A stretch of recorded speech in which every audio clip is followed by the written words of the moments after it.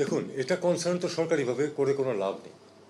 যেই যেই ইস্যুসগুলি এসছে বা যেই প্রোপাগান্ডা চলতেছে সেটার কাউন্টার প্রোপাগান্ডা করতে হবে এটুকুই। এবং আমরা আসলে যারা রিপ্রেজেন্টেটিভ এই সমাজের, তাদের কাছ থেকে আমরা এটা যাবে সেটাই আমরা প্রত্যাশা করতেছি। কারণ আপনারা দেখছেন যে কতটুকু কী হচ্ছে, সেটা আপনারা মিডিয়াতে প্রকাশ করবে। তারাও তো মিডিয়া দিয়েই কমপ্লেনটা করতেছে। আপনারা আপনাদের পজিশনটা নেন। তারা একটা পজিশন নিচ্ছে গ্রাউন্ডে না থেকে।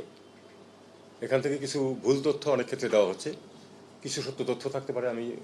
আমরা চেক করছি। আমরা কিন্তু একটি কথা স্পষ্টভাবে এই এই কাউন্সিল অফ অ্যাডভাইজার্স নিশ্চিত করেছে যে কোনো ধরনের ভায়োলেন্স এবং যে মানুষের ক্ষতি করা, আগুন দেওয়া, অত্যাচার করা, কোনোটাকেই কোনো কারণেই সেটাকে অজুহাত যাই থাকুক না কেন সেটাকে টলারেট করা হবে না।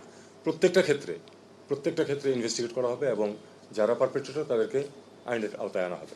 100% কখনো পারা যায় না। পৃথিবীতে কোনো কিছু 100% সমস্যার সমাধান না, কিন্তু আমরা ঐকান্তিক চেষ্টা থাকবে যে কেউ যেন ছাড় না পায়। এক্ষেত্রে কেউ কারো রাজনৈতিক মতাদর্শের কারণে অথবা কারো ধর্মীয় মতাদর্শের কারণে কোনো অবস্থাতেই তার উপর অত্যাচার করা যাবে না। যদি কেউ অপরাধ করে থাকে, আইন সেটা দেখবে। একটি শব্দ উচ্চারিত হয় না এই নিয়ে। কারণ আমি পরিষ্কার করে দিয়েছি বিষয়টা যে এই সরকারের আলটিমেট লক্ষ্য হচ্ছে একটা নির্বাচন অনুষ্ঠান করে তার হাতে ক্ষমতা অর্পণ করা। এটা এ নিয়ে কোনো সন্দেহের কোনো সুযোগ নেই।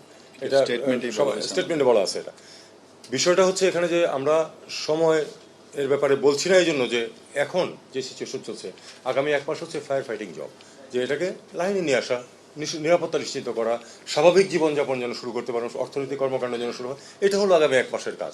তারপরে প্রশ্ন আছে, যারা এই পরিবর্তন এনেছে তাদের তো কিছু পয়েন্টস আছে। তারা এতগুলি জীবন তারা যে দিয়েছে সেটা কি ওই আবার সেই পূর্বাবস্থায় ফিরে যাওয়ার জন্য? অবশ্যই না। কাজেই কিছু রিফর্মের প্রয়োজন হবে।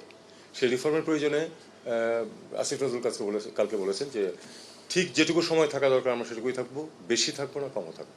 আমি এই কথাটাই আবার রিপিট করছি, যেটুকু প্রয়োজন পড়বে সময় সেটুকু আমরা থাকতে হবে এবং রিফর্মগুলি অন্তত পথে এনে দিয়ে যেতে হবে। সব কিছু কেউ করে দিতে পারে না, কিন্তু যেন তাদের মৌলিক যে চাহিদাগুলো আমাদের এই ইয়াং জেনারেশনে আছে সেটা যেন সেদিকে যেন যায়,